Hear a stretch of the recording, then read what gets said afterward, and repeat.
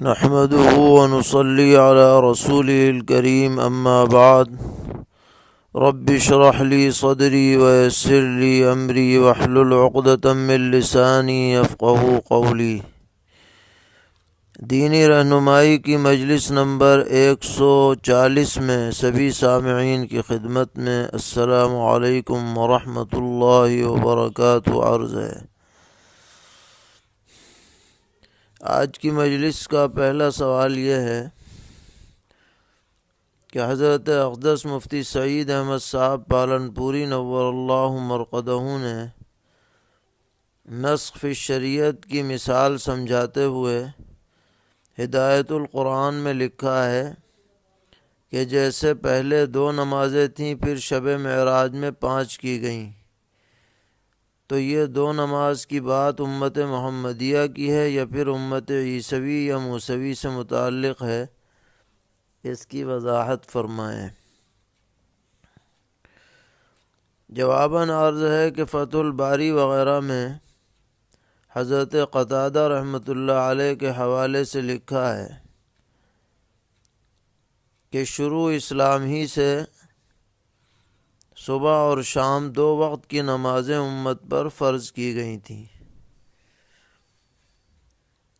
سورج نکلنے سے پہلے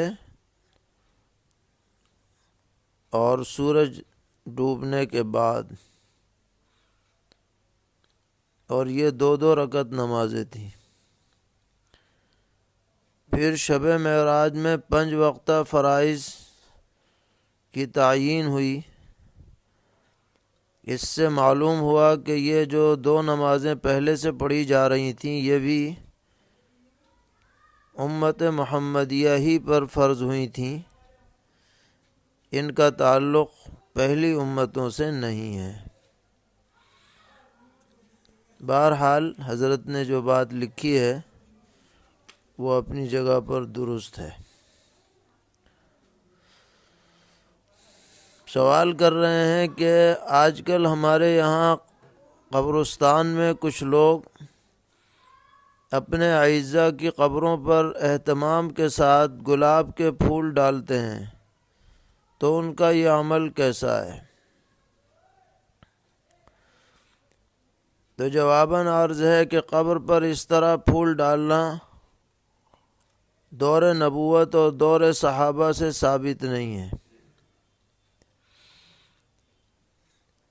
اب سوال یہ ہے کہ یہ پھول کیوں ڈالے جا رہے ہیں؟ اگر محض قبروں کی سجاوٹ کے لیے ڈالے جا رہے ہیں تو ظاہر ہے کہ یہ ایک بے فائدہ عمل ہے، اس سجنے سے میت کو ذرہ برابر بھی فائدہ نہیں پہنچ سکتا۔ یعنی ایسا کچھ نہیں ہے کہ آپ قبر کو پھولوں سے سجا دیں تو اس کی وجہ سے میت کو کوئی راحت ملے، کوئی آرام ملے، ایسا کچھ نہیں ہے، اور کوئی قبر سجانے والی چیز ہی نہیں۔ قبر کی بیجا تعظیم شریعت میں ممنوع ہے۔ نبی اکرم صلی اللہ تعالی علیہ وسلم نے قبر کو اونچا کر کے بنانا، قبر پر قبہ بنانا، قبر پر کو سیمنٹڈ بنانا، ان سب چیزوں سے منع فرمایا ہے۔ لہذا سجانے کی نیت سے بھی پھول ڈالنے کا کوئی مطلب نہیں،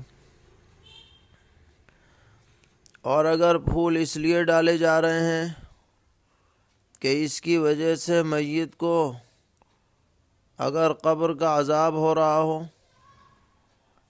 تو وہ عذاب ہٹ جائے ان پھولوں کی برکت سے، تو یہ بات بھی ہمارے پھول ڈالنے سے بے دلیل ہے۔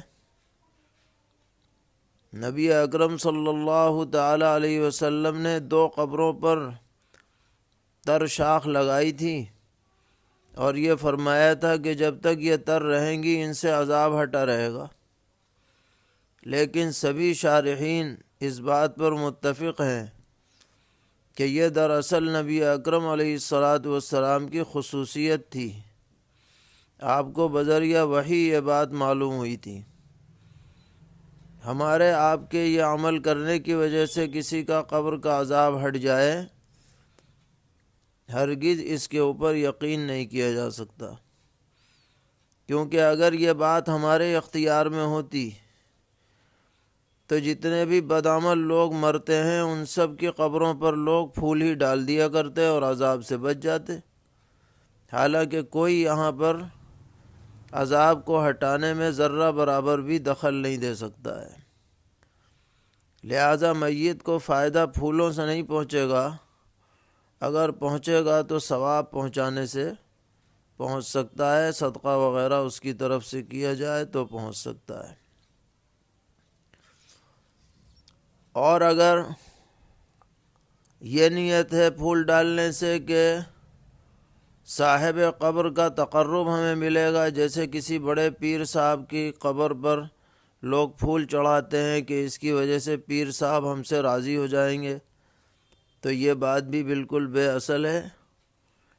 اس طرح سے پھول چڑھانے سے صاحب قبر کا راضی ہونا کہیں بھی ثابت نہیں ہے، اس لیے لوگوں کو اس سے منع کرنا چاہیے۔ اللہ تعالیٰ سب کو صحیح عمل کرنے کی توفیق عطا فرمائے اور بدعات و خرافات سے پوری طرح محفوظ رکھے۔ سوال کرتے ہیں کہ قبروں پر چڑھائی جانے والی چادر کا خریدنا اور بیچنا شرعاً کیسا ہے؟ یہ چادر چڑھانا بھی بدعات میں سے ہے، لہٰذا اس طرح کے بدعات والے کاموں میں بیچنا اور خریدنا اور اس کے ذریعے سے تعاون کرنا یہ مناسب نہیں ہے، مکروہ ہے۔ اس طرح کے کاروبار سے بچنا چاہیے۔ سوال کرتے ہیں کہ فجر کی سنت کے بارے میں حضرت امام محمد رحمۃ اللہ علیہ کا قول یہ ہے کہ میں اس بات کو پسند کرتا ہوں کہ سنت فجر اگر چھٹ جائے تو اسے سورج نکلنے کے بعد زوال سے پہلے پہلے قضا کر لیا جائے۔ تو اس قول کا مطلب کیا ہے؟ جواباً عرض ہے کہ سنت مؤکدہ وقت نکلنے کے بعد اس کی تاکید باقی نہیں رہتی، اسی وجہ سے حضرات شیخین کے نزدیک سنت فجر کی اگر وہ فجر سے پہلے نہ پڑھی جا سکے تو اس کی کوئی قضا نہیں ہے، لیکن حضرت امام محمد رحمۃ اللہ علیہ فرماتے ہیں کہ چونکہ فجر کی سنت بہت زیادہ مؤکد ہے تو بالکل چھوڑنے سے بہتر یہ ہے کہ اشراق کے وقت سے لے کے اور ظہر سے پہلے تک اسے پڑھ لیا جائے، تو انشاءاللہ ثواب اس کا حاصل ہو جائے گا اور انشاءاللہ کچھ نہ کچھ تلافی بھی ہو جائے گی۔ پوچھ رہے ہیں کیا اوابین کی چاروں رکعت ایک سلام سے پڑھ سکتے ہیں؟ میرا معمول ہے کہ ایک سلام سے 4 رکعت پڑھتا ہوں۔ جواباً عرض ہے کہ اگر 4 رکعت ایک سلام سے پڑھی جائے پھر بھی انشاءاللہ اوابین کا ثواب مل جائے گا، اور 2 رکعت کر کے پڑھیں جیسا کہ عام لوگوں کا معمول ہے تو اس میں بھی کوئی حرج کی بات نہیں ہے۔ پوچھتے ہیں کہ اوابین کی جو 6 رکعت ہیں یہ سنت مؤکدہ کو ملا کر کے ہیں یا سنت مؤکدہ سے الگ ہیں؟ جواباً عرض ہے کہ اگر سنت مؤکدہ کے ساتھ بھی کل 6 رکعت ہو جائیں تو ایک قول کے مطابق اوابین ادا ہو جائیں گی، لیکن بہتر یہ ہے کہ مؤکدہ 2 رکعت پڑھنے کے بعد پھر 6 رکعت الگ سے اوابین کی نیت سے پڑھی جائیں، یہ زیادہ بہتر ہے۔ پوچھ رہے ہیں 4 رکعت والی سنت مؤکدہ کو 2 رکعت کر کے الگ ادا کرنا کیسا ہے؟ جواباً عرض ہے کہ 4 رکعت والی ایک سلام سے پڑھنی چاہیے، اس کو 2 رکعت سے پڑھنا صحیح نہیں ہے، کوشش کی جائے کہ ایک ہی سلام سے پڑھی جائے۔ سوال کرتے ہیں کہ جمعے میں کتنی سنتیں ہیں؟ کتنی رکعات سنت ہیں؟ جواباً عرض ہے کہ جمعے سے پہلے 4 رکعت ہیں اور جمعے کے بعد بھی مثلاً 4 رکعت ہیں.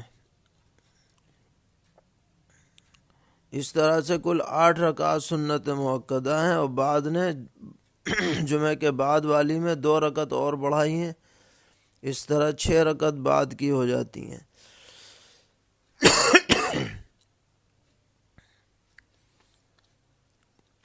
سوال کرتے ہیں کہ سنت مؤکدہ بیٹھ کر پڑھ سکتے ہیں یا نہیں؟ جواباً عرض ہے کہ بلا عذر سنت مؤکدہ بیٹھ کر نہیں پڑھنی چاہیے، اگرچہ ادا ہو جائیں گی اور آدھا ثواب ملے گا بلا عذر پڑھنے میں. سوال ہے کہ سنت مؤکدہ میں قیام فرض ہے یا نہیں؟ فرض تو نہیں ہے، لیکن بہتر یہی ہے کہ جو کھڑا ہو سکتا ہو کھڑے ہو کر پڑھے تاکہ کامل ثواب کا مستحق بن جائے. سوال کرتے ہیں عشاء کے بعد سنن و نوافل کی کتنی رکعت ہیں، اور حضور اکرم علیہ الصلاۃ والسلام سے کتنی رکعت پڑھنا ثابت ہے؟ جواباً عرض ہے کہ عشاء کے بعد سنت مؤکدہ تو صرف 2 رکعتیں ہیں، البتہ اس کے بعد 2 رکعت یا 4 رکعت سنن غیر مؤکدہ ہیں. بہتر یہ ہے کہ وطر سے قبل 6 رکعت پڑھی جائیں، 2 سنت مؤکدہ اور 4 سنن غیر مؤکدہ، اور پھر وطر کے بعد 2 رکعت اور پڑھ لی جائیں تو مزید ثواب ملے گا انشاءاللہ. سوال کرتے ہیں کہ ہماری مسجد میں فجر کی نماز 6:40 پر ہو رہی ہے، اور کچھ لوگ اس مسجد میں پہلے سے آ جاتے ہیں، تہجد بھی پڑھتے ہیں، تو وہ اپنی جماعت 6 بجے الگ سے پڑھ کے چلے جاتے ہیں 2-4 لوگ. تو ان کا اس طریقے پر مسجد کی جماعت سے پہلے جماعت کرنا کیسا ہے؟ جواباً عرض ہے کہ انہیں چاہیے کہ مسجد کی جو جماعت ہے اسی میں شرکت کریں، الگ سے جماعت نہ کریں. نماز تو ہو جائے گی لیکن کراہت ہوگی، تکرار جماعت نہیں ہونا چاہیے. سوال کر رہے ہیں کہ بیوی نے شوہر سے کہا کہ اگر اپنے ماں باپ سے ہو تو طلاق دے کے دکھاؤ. اس پر شوہر نے غصے میں آ کر 2 طلاق دے دی اور کہہ دیا طلاق طلاق. تو طلاق ہوئی یا نہیں ہوئی؟ جواباً عرض ہے کہ ہاں 2 طلاق واقع ہو گئی، لیکن ابھی رجعت کا حق ہے. اگر رجعت کر لے گا تو بغیر نکاح کے عدت کے اندر رجوع ہو سکتا ہے، لیکن آئندہ اگر 1 طلاق بھی دے دی تو پھر نکاح بالکل ختم ہو جائے گا. سوال کرتے ہیں کہ بیوی ایک سرکاری ملازمت حاصل کرنے کے لیے اپنے کو مطلقہ ثابت کرنا چاہتی ہے، یعنی کوئی ایسی ملازمت کی جگہ نکلی ہے جس میں مطلقہ اور بیوہ کے لیے گنجائش ہے. اب وہ اپنے کو مطلقہ ثابت کرنے کے لیے سرٹیفکیٹ جمع کرے گی تو اسے ملازمت مل جائے گی. تو اگر شوہر اس مقصد سے اسے رجسٹرڈ طلاق نامہ لکھ کر بھیج دے اور اس کا ویسے طلاق دینے کا ارادہ نہ ہو تو طلاق واقع ہوگی یا نہیں؟ جواباً عرض ہے کہ اگر رجسٹرڈ طلاق بھیج دے گا تو طلاق ضرور واقع ہو جائے گی، اور اس مقصد سے طلاق دینا یہ بالکل مناسب نہیں ہے. ملازمت ملے یا نہ ملے، محض اسے بہانہ بنا کر طلاق نہیں دینی چاہیے. سوال کرتے ہیں کہ بمبئی سے ایک صاحب عمرے کے لیے جدے کے راستے سے مکہ معظمہ جانا چاہتے ہیں، مگر اس وقت بیماری کی وجہ سے جدے میں انہیں 3 دن کوارنٹائن میں رکنا پڑے گا، تو وہ کیا کریں؟ کیا وہ جدے جا کر احرام کھول سکتے ہیں؟ جواباً عرض ہے کہ اگر وہ عمرے کا ارادہ رکھتے ہیں تو انہیں میقات سے احرام باندھنا چاہیے اور جدے تک مؤخر نہیں کرنا چاہیے، اور کوارنٹائن مسلسل احرام ہی کی حالت میں کریں اگر سیدھے مکہ جانا چاہتے ہیں۔ اور اگر یہ نیت کر لیں کہ ہم جدے سے پہلے مدینہ منورہ جائیں گے اور پھر وہاں سے عمرہ کریں گے تو ایسی صورت میں جدہ جانے کے لیے انہیں احرام باندھنے کی ضرورت نہیں ہے، بغیر احرام کے جدے میں جائیں، وہاں کوارنٹائن کریں، پھر وہاں سے مدینہ چلے جائیں اور مدینہ منورہ سے پھر جب عمرے کا ارادہ ہو تو وہاں کی میقات ذوالحلیفہ سے احرام باندھ کر عمرے کو چلے جائیں۔ یہ طریقہ زیادہ بہتر رہے گا، اس میں سہولت بھی ہے اور کوئی شرعی حکم کے خلاف ورزی بھی نہ ہوگی۔ اللہ تعالی ہم سب کو دین پر استقامت عطا فرمائے، ہر طرح کے شرور اور فتن سے محفوظ رکھے۔ وصلی اللہ تعالی علی خیر خلقہ محمد وآلہ وصحبہ اجمعین برحمتک یا ارحم الراحمین۔